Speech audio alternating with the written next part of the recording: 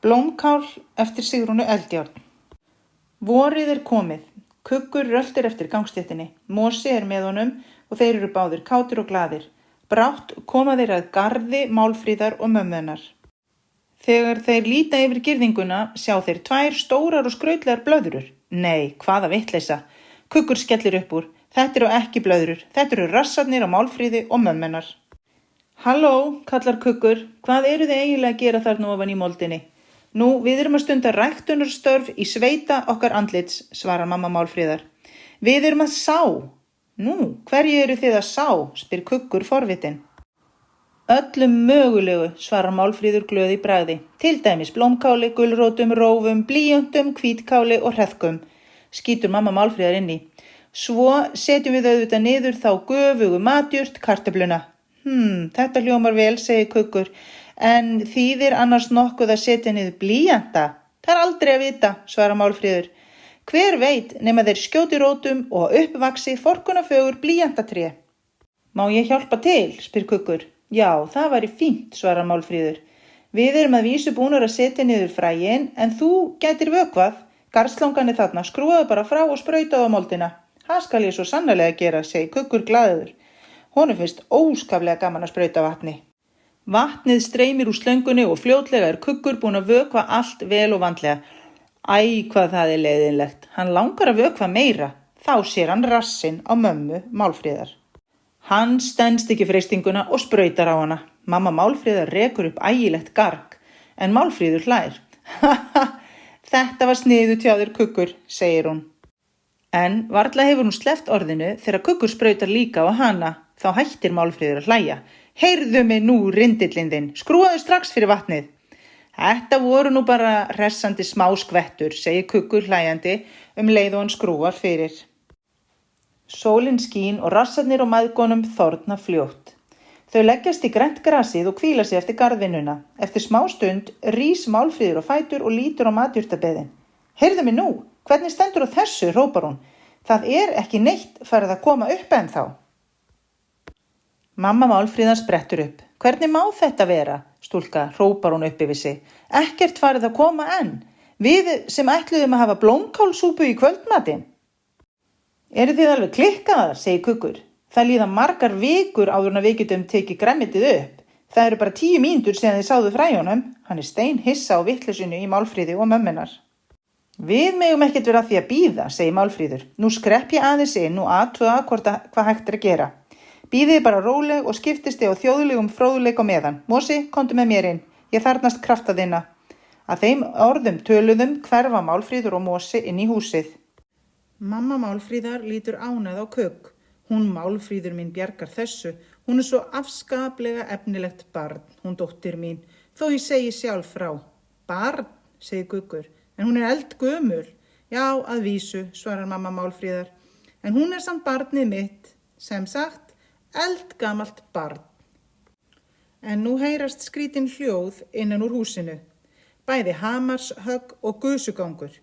Það streyma líka gufur út gluggana. Þau heyra Málfríði syngja glaðlega og Mosi blístrar með. Mér heyrist allt ganga vel þarna inni, segir mamma Málfríðar. Það heyrist mér nú líka, segir Kuggur. En hvað er það sem gengur svona vel? Hvað er Málfríður eiginlega að gera? Það stendur ekki á svarinu því að nú opnast dyrnar og Málfríður kemur út. Hún dregur á eftir sér stórfurðulegt tæki og ofan á því situr Mosi. Ta-ta-ra-tam, hér kemur lausnin, hrópar Málfríður. Svo fer hún með tækið í matjurtargarðinn. Ofan á því er stór pumpa og þegar að Mosi pumpar upp og niður, sprautast út undarlegur vökvi. Hann úðast yfir moldina þar sem að fræjunum var sáð. Málfríður beinir slöngunni hingað og þangað og syngur hástöfum á meðan. Til eru fræ sem fengu þennan dóm. Hverju ertu eiginlega að sprauta á fræin, spyr Kuggur. Ég var búin að vökva þau. Já, en þú vökvaði bara með vatni og það er ekki nógu áhrifaríkt, svarar Málfríður. En þetta er sérhönnuð vaxtarræktablanda fyrir grænmeti. Hún er gerð úr ufsalísi, púðursykri, drekablóði og tánagladufti og auk þess úr nokkrum leynilegum efnum sem ég á. Og hverju breytir að sprauta þessu, spyr Kuggur undrandi. Ekki spyr ég eins og kjánin þinn, líttu bara á. og þá lítur Kuggur á matjurtabeðin og viti menn. Allt orðið iðjagrænt. Mosi og mamma Málfríðar eru þegar farin að háma í sig hreðkur og gulrætur og grænmetið vex og vex. Þetta frábært, hrópar Kuggur leið og hann rífur upp stærðar gulrófu. Nú getum við alveg örugglega haft blómkálsúpu í kvöldmatinn. Þau háma í sig grænmetið glöð og ánað, en það heldur áfram að vaxa. Mosi kemur trítlandi með hreðku sem á stærð við Kugg sjálfan. Heyrðu Málfríður, segir mamma hennar eftir dágóða stund. Mér finnst grænmetið satt að segja hafa vaxið alveg nóg. Varla hefur hún sleppt orðinu þegar risastór blómkálshaus brýst upp úr jörðinni með braki og brestum. Hann svo stór að hann lyftir þeim öllum með sér hátt á loft og húsinu líka. Jú, þetta orðið ansi stórvaxið, mamma. Líklega hef ég ekki lesið uppskriftina alveg rétt, svarar Málfríður hugsi. Kuggur orðinn smeykur. Hann horfir fram af blómkálsbrúninni. Þetta eins og hátt fjall. Hvað eigum við að gera? Hvernig komumst við niður? Spyr hann skelfdur. Málfríður hugsar málið. Ég hef ákaflega gaman af slökkviliðsmönnum, segir hún svo. Og af því að húsið líka hérna uppi á blómkálinu og síminn inni í húsinu, þá get ég farið inn og hringt í slökkviliðið. Þeir eiga svo skemmtilega og langa stiga. Stuttu seinna glymur í sírunum svo hátt að undir tekur í húsunum í kring. Nú verður gaman, skríkir mamma Málfríðar. Ég hef alltaf þráð að það kæmi föngulegur slökkviliðsmaður og bjargaði mér úr miklum háska. Nú stundin runnin upp, hrópar hún leið og fyrsti slökkviliðsmaðurinn gægist upp yfir blómkáli.